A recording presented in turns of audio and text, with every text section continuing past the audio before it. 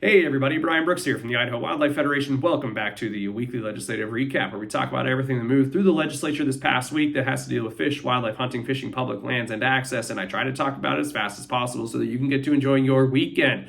We just got through the 9th week of the legislative session. I'm just going to dive right into the issues. We saw the complete and full passage of House Bill 507. This is the lighted nocks mechanical broadheads bill. It was signed by the governor earlier this week. I've said this many times, I'll say it again. IWF does not have a position on mechanical broadheads or lighted nocks, but we do have a position against politicians setting big game seasons and regs associated with hunting and fishing and wildlife management. There's a reason why voters in 1938 passed Idaho's first citizens initiative separating wildlife management decisions and hunting and fishing regulation setting processes from the legislature and gave them to the commission so that we could manage our game by opportunity and by science and not by the political whims, political influence of donors and party interests or whatever. It just does not serve wildlife. And for a long time that worked. I think you'd be hard pressed to find anybody who says that there's another state that has better hunting than Idaho. And that's because we've stuck to this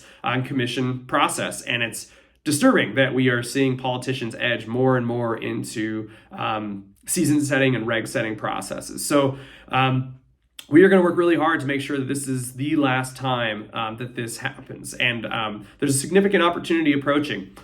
Because of retirements and because of redistricting, about 30% of the legislature is going to turn over with freshman legislators. And that is an opportunity for sportsmen to call them right now while they're on the campaign trail, ask about their opinions on sporting issues, tell them what your opinions are on these issues, tell them about this bill and why you didn't like it, or any other issue under the sun. But if you really like some folks, help knock on their doors for their campaign, establish relationships now. If we can invest now and cultivate those relationships, we can call on them when the time comes in years to follow to make sure that we stop bills like this from going down the pipeline. So unfortunately, the bill did pass. Luckily, it was a rather benign issue, but there are some battles that we are going to have down the road that are going to be much more significant than lighted nocks and mechanical broadheads. Moving on.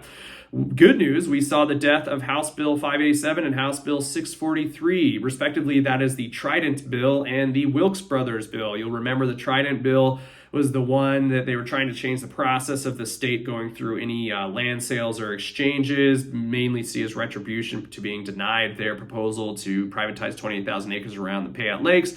And the Wilks Brothers bill is widely seen as retribution to counties telling large landowners that they need to pump the brakes on subdividing certain types of acreage.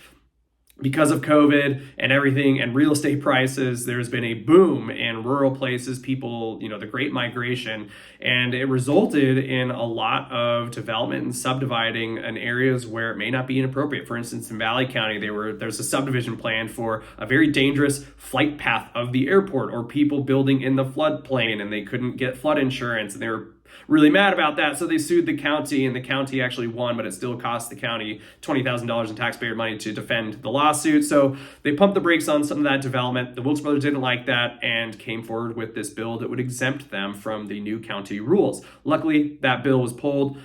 Giving thanks where it's due, Representative Gestrin, who introduced both of these bills, pulled both of these bills, and that was for sure this week, but we have to be careful because bills are not truly dead until the end of the session, which is hopefully coming in just a few weeks. That's it on those bills. Good news. And then we also saw the death of a resolution celebrating the 50th anniversary of the Sawtooth National Recreation Area. That bill sailed through the Senate and died on the House floor, mostly due to anti-public lands conspiracy and rhetoric, which is super unfortunate. We can't even celebrate one of the crown jewels of Idaho's outdoor experiences in the Sawtooths. But resolutions are just statements by the legislature. There's no law or any change in code. It's just kind of they're sort of meaningless, not to detract from the importance of the Sawtooths. But not a big deal that it went down, but just kind of interesting that anti-public land interests would flex their political muscle to kill a resolution that does nothing besides celebrate them and their existence. And that is it for week 9 of the legislature in 2022. Take care, everybody.